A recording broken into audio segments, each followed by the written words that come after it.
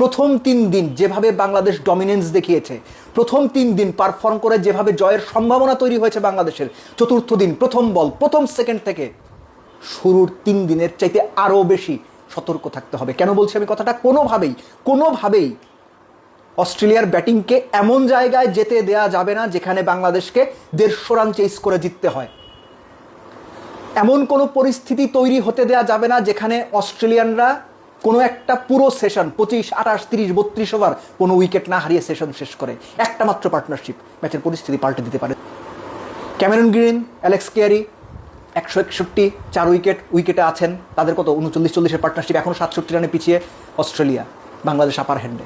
কিন্তু এই আপার হ্যান্ডে থাকার সুযোগটা বাংলাদেশকে কড়ায় গন্ডায় উসুল করে বুঝে নিতে হবে।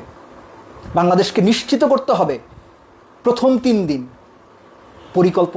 পরিকল্পনার বাস্তবায়ন, সাহস, ধৈর্য, ঠান্ডা মাথায় সব কিছু মিলে বাংলাদেশ যে অস্ট্রেলিয়াকে টানা 3 দিন ডমিনেট করেছে, সেই পরিকল্পনার মতো সেই ঠান্ডা মাথায় আবারও চতুর্থ দিন সকালটা সুন্দর করে নতুন করে শুরু করতে হবে। আবারও বলছি, অস্ট্রেলিয়া দলটা, এদেরকে বিন্দুমাত্র ছাড় দেয়া যাবে না।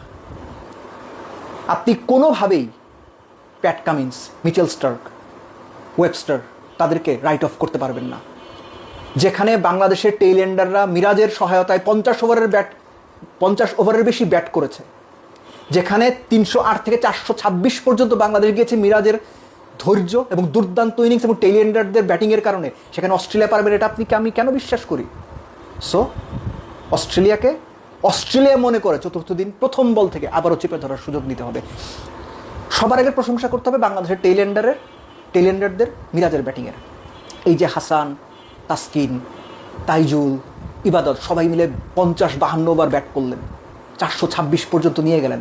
মিরাজ যেভাবে টেইল এন্ডারদের নিয়ে স্পেসিফিক্যালি 8 উইকেট যাওয়ার পরে ব্যাট করলেন, আমার আশেপাশে অনেকেই মনে করছেন মিরাজ টেস্ট 100 আছে তার নামের পাশে, কিন্তু এই পার্টিকুলার ইনিংসটা মিরাজের ক্যারিয়ারের প্রবাবলি বেস্ট ইনিংস। আমি তর্ক করিনি, হতেই পারে। শুধু তাই নয়, মিরাজ যে ক্যাচটা ধরেছেন স্টিভেন স্মিথের, হতেও পারে ওই ক্যাচটাই এই ম্যাচের প্রেক্ষাপটে ম্যাচ জেতানো ক্যাচ। হতেও পারে মিরাজের ওই কটন বোল্ড স্টিভেন স্মিথের এই ম্যাচের প্রেক্ষাপটে ম্যাচ জেতানো কটন বোল্ড। কিন্তু ক্যারিড অ্যাওয়ে হওয়া যাবে না, এখনো অনেক দূর যাওয়া বাকি। It's not over until it's over.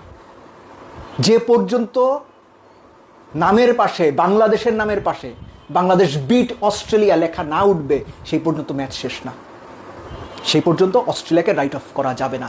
মিরাজের ব্যাটিংয়ের কথা বলছিলাম, আমি সবসময় একটা কথা বলেছি, বিভিন্ন ভিডিওতে বলেছি, টেস্টের মিরাজ দুর্দান্ত, সাদা বলের মিরাজ গড়পড়তা, কিছু ক্ষেত্রে বিলো স্ট্যান্ডার্ড।